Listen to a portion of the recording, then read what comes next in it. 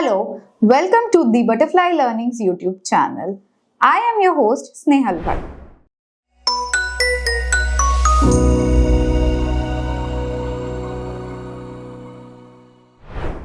Unsure about what exactly ABA is? Let's get to know with our expert speaker, Dr. Sonam Kothari, what she has to say about ABA. So what is ABA? ABA क्या है? Applied behaviour analysis में क्या होता है? बहुत सारे myths अभी तक ABA के बारे में बहुत जगहों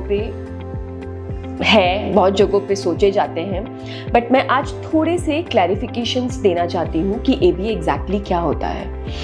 ABA is basically an approach to teach a child with the help of reinforcements. What is reinforcements?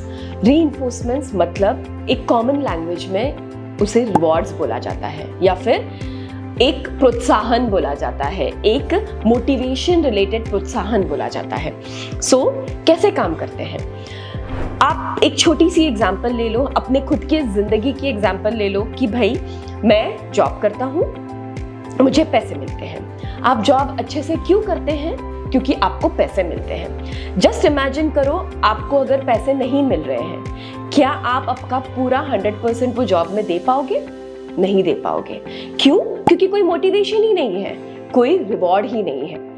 Similarly हम सारे स्किल्स जो हम डेली लाइफ में सीखते हैं वो रिवॉर्ड और मोटिवेशन से सीखते हैं. मतलब अगर समझो मैंने एक घर में बहुत अच्छा डिश बनाया और मेरे फ्रेंड्स आए हैं खाने के लिए, और वो डिश खाने के बाद में उन्होंने कहा वाओ कितना अच्छा बनाया, मुझे भी रेसिपी दो. हम वो डिश बार बार बनाते हैं. क्यों बनाते हैं? क्योंकि हमें किसी ने तारीफ की, हमारी तारीफ की वो डिश लोगों को पसंद आया.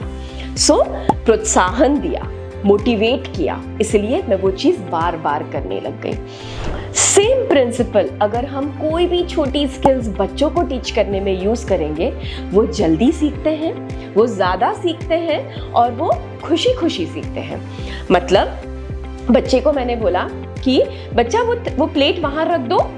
अगर बच्चे ने वो रख दिया और मैंने सिर्फ इतना बोला वाओ आपने कितना अच्छे से रख दिया, थैंक यू सो मच, बच्चे को मैं हर बार जब वो प्लेट वहां रखने के लिए बोलूंगी वो बच्चा काम करेगा. क्यों? क्योंकि वो करने के बाद में उसको कितना अच्छा प्रोत्साहन मिला या फिर शाबाशी मिली कि उसने कुछ किया. सेम प्रिंसिपल हम ऑटिज्म में बच्चों को या कोई भी स्किल बच्चों को सिखाने के लिए यूज करते हैं. We teach the child and then we motivate the child to get a reward. So for example अगर बच्चे को हग बहुत पसंद है और वो भी स्पेसिफिकली मम्मी का हग बहुत पसंद है, so हम मम्मी को बोलते हैं, उसको नाम ले, for example Sonam, and suppose the child doesn't look, then after some time suppose the child looks, the mummy what she does, she just goes and hugs the child. So basically आपने जब मेरे पास देखा मैंने आपको हग किया, आपने जब मेरा सुना मैंने आपको रिवॉर्ड किया. आपको अगर कुछ चाहिए है, अगर आपकी कोई फेवरेट चीज़ मेरे हाथ में है, आप मांगते नहीं हो, ठीक है. सिमिलरली अगर कोई बच्चे को कोई चीज़ चाहिए है, फॉर एग्जाम्पल उसको दूध पीना है और दूध का बॉटल आपके हाथ में है या दूध का ग्लास आपके हाथ में है. अभी बच्चे का मोटिवेशन दूध पीने में है, मतलब बच्चा ऑलरेडी मोटिवेटेड है. इस समय अगर सपोज मैंने उसको सिर्फ इतना बोला दूध और बच्चे ने बोला दूध, मैं इमीडिएटली दूध वापस दे देती हूँ उसे. तो बच्चे ने क्या सीखा? जब मैं दूध बोलता हूँ मुझे दूध मिल जाता है. इस तरीके से जब मैं धीरे धीरे ये बार बार करती हूँ, बच्चे को समझ आता है कि जब मैं करता हूँ तो मुझे रिवॉर्ड मिलता है, जब मैं करता हूँ मुझे रिवॉर्ड मिलता है. ये जब हम बहुत बार करते हैं, बच्चा हमेशा आपकी बात सुनने लगता है, आपसे बोलने लगता है, आप जो जो स्किल उसको सिखाना चाहते हो वो करने लगता है, क्योंकि आगे रिवॉर्ड होता है. अब आपका क्वेश्चन होगा, हर बार रिवॉर्ड थोड़ी दे सकते हैं. वेरी ट्रू, हर बार रिवॉर्ड नहीं दे सकते हैं. क्यों नहीं दे सकते हैं? क्योंकि नहीं तो वो सिर्फ रिवॉर्ड के लिए काम करेगा. Very true. बट स्टार्ट में जब नया स्किल्स टीच कर रहे हैं तब हमें कंटिन्यूअस रिवॉर्ड्स देने पड़ते हैं। जब वो स्किल्स थोड़ा मास्टर करने लग जाता है, मतलब उसको आने लग जाती है, फिर हम रिवॉर्ड्स कम करने लग जाते हैं।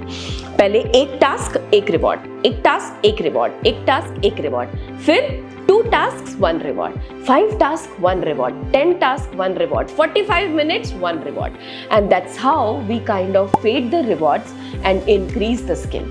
But जब हम ये slowly ऊपर करते हैं, तब बच्चा हमारे साथ रहता है, बिहेवियर्स नहीं दिखाता है, हमारे साथ में चीज़ें सीखने के लिए इंटरेस्टेड होता है, क्योंकि हमने धीरे धीरे चीज़ें बढ़ाई है, हमने धीरे धीरे कॉम्प्लेक्सिटी बढ़ाई है। अगर आप एक कोई भी न्यूरोटिपिकल बच्चा ले लो जो 4 साल का है, उसको आप बोलो आधा घंटा तुझे आज पढ़ना है, वो 10 बहाने बनाएगा। वो बोलेगा मुझे खेलने जाना है, मुझे सुसु आई है, गुस्सा करेगा, मैं नहीं पढ़ूंगा, ऐसा बोलेगा। बट वही चीज़ अगर आप 5 मिनट्स से शुरू करते हो और धीरे धीरे 5 मिनट से 10 मिनट्स, 10 मिनट से 20 मिनट्स, 20 मिनट से हाफ एन आवर पे जाते हो, बच्चे का टॉलरेंस बन जाता है। सिमिलर तरीके से हम बच्चे का टॉलरेंस बढ़ाते हैं, उसका बिहेवियर कम करते हैं, उसको स्किल सिखाते हैं और उसको बहुत हैप्पी रखते हैं ताकि वो ज़्यादा सीखे। कोई भी चीज़ पनिशमेंट से सिखाई हुई ज़्यादा दिन नहीं रहती, वो उसी समय रहती है जब पनिशमेंट अप्लाई होता है। जब पनिशमेंट अप्लाई नहीं होता है, बच्चा नहीं सीखता है। फॉर एग्जाम्पल, कुछ बच्चे होते हैं जब तक तुम जोर से चिल्ला के ना बोलो वो काम नहीं करते। क्यों? क्योंकि उनको प्यार से बोल के करवाने की आदत ही नहीं है, उनको सिर्फ जोर से सुन के काम करने की आदत है। अब जब हम स्कूल जाते हैं या फिर कोई रिलेटिव के पास जाते हैं, उनको ये नहीं पता है कि ये जोर से बोलने से ही सुनता है, वो तो प्यार से ही बात करेंगे पहले।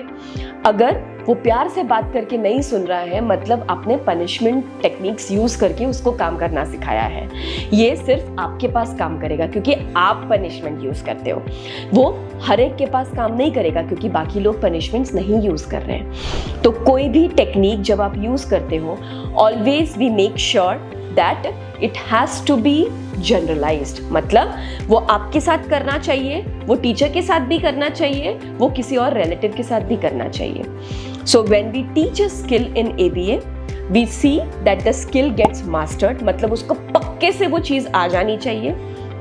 दूसरा, इट गेट्स जनरलाइज्ड, मतलब वो सब जगहों पे करना आना चाहिए और सबके साथ करना आना चाहिए। और तीसरा, मेंटेनेंस, मतलब वो लंबे टाइम तक उसको करना आना चाहिए और वो भूलना नहीं चाहिए। सो जब भी हम कोई भी स्किल सिखाते हैं, we make sure it is mastered, it is generalised and then it is maintained over a longer period of time. इस तरह से ABA काम करता है, एक स्किल टीचिंग के लिए, एक बिहेवियर रिडक्शन के लिए। अब बिहेवियर रिडक्शन के लिए कैसे काम करेगा? अगर समझो बच्चे की आदत बन गई है कि मुझे रोता हूं तो मुझे चीज मिलती है, मुझे रोता हूं तो मुझे चॉकलेट मिलता है, तो बच्चा हर बार रोता है क्योंकि उसको उसके बाद चॉकलेट मिला है, तो उसको उम्मीद है कि मुझे इसके बाद चॉकलेट मिलने वाली है। अब अगर मुझे ये रोने का बिहेवियर कम करना है, हम क्या करते हैं?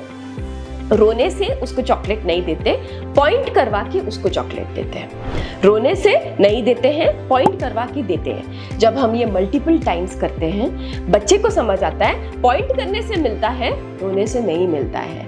अपने आप रोने का बिहेवियर कम हो जाता है और पॉइंटिंग का बिहेवियर बढ़ जाता है। अगर पॉइंटिंग बच्चे ने करने लग गया, फिर हम बोलते हैं पॉइंटिंग से हम नहीं देंगे, तू बोल के दिखा तब देंगे। बोलना कैसे है उसके लिए हेल्प करते हैं, उसको दिखाते हैं कैसे बोला जाता है। फिर धीरे धीरे बच्चा बोलना चालू करता है और पॉइंटिंग कम हो जाता है। सो अपने आप पॉइंटिंग से अब नहीं मिल रहा है, लेकिन मैं खुद बोल के रिक्वेस्ट करना सीख गया हूँ। इस तरीके से हम प्रॉब्लम बिहेवियर्स को कम करते हैं और सही बिहेवियर्स को सिखाते हैं। Everything is done by ABA by rewarding a right skill and not rewarding a problematic or problem behavior. So any skills ranging from academics, ADL, behavior reduction, speech and language, as well as any kind of social skills can be worked on using applied behavior analysis or ABA. The only thing it doesn't work on well is motor skills, where you have to be intrusive with the child. मतलब हमें उसके साथ physically काम करना पड़ता है. Physically काम करना is a little difficult with the ABA therapist, because ABA therapists are not very intrusive. We believe in the child being happy, ready to learn, and very engaged when the child is learning. So we don't go for more of physical activities or more of physical pressures, which is usually done by an occupational therapy or a physiotherapist. So to teach motor skills to the child, be it fine motor skills or gross motor skills, you definitely will require a help of other therapist, that is occupational therapist or a physiotherapist. Thank you for watching. If you found this video helpful, please like, share and comment. Also, do subscribe to the Butterfly Learning's YouTube channel for more such informative content. Join our WhatsApp community using the link given in the description below. Thank you.